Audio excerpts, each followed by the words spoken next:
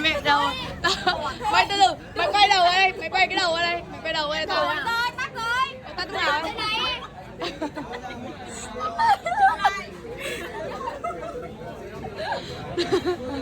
Chia quạt nữa chứ. Ban tổ chức này sắp lên này. Đây. Mẹ cái gì chung như đội cái chổi phải đâu ấy. Quay long cam chưa? Rồi nó Happy birthday to you. Happy birthday. Mẹ này say rồi hay sao nói nắm đấy.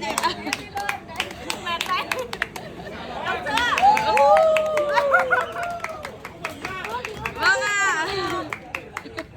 Đấy nhá, sướng nhá, cả quán bia chúc mừng nhá. Thổi đi, thổi đi.